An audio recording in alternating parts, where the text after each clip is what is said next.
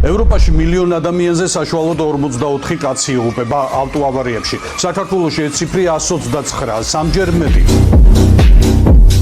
მიზეზი უცვლელია, გადაჭარბებული სიჩქარე, ნასვამი მართვა და წესების იგნორირება. თუ ამ ვიდეოს უყურებ, ესე იგი დღეს გაგიმართლა, სხვებს არა. მხოლოდ 2025 წელს საქართველოს გზებზე 469 ადამიანი დაიღუპა. მათ შორის 28 ბავშვია. ბოლო 10 წელიწადში კი ქვეყანამ 5324 სიცოცხლე დაკარგა. ეს ერთი მთლიანი ქალაქის მოსახლეობაა, რომელიც უბრალოდ გაქრა. ამავე პერიოდში 80,000-ზე მეტი ადამიანი დასახიჩრდა. საგზაო ჯარიმები უკვე გაიზარდა, მაგრამ მოდით პირდაპირ თქვათ, ეს არ იმუშავებს. დღევანდელი ჯარიმები ეს უფრო ბიუჯეტის შევსებას გავს, ვიდრე რეალურ გამოსავალს. თუ გინდა რომ კანონებმა იმუშაოს, ჯარიმები კი არ უნდა გაიზარდოს, არამედ უნდა გაათმარდეს. სხვაგვარად, მხოლოდ ბიუჯეტი შეივსება, ქუჩები კი ისევ სასაკლაოდ დარჩება. საქართველოში სიჩქარე მხოლოდ დანიშნულების ადგილამდე არ მიგიყვანს. ხანდახან ისწვეთს, მიხვალ თუ არა საერთოდ.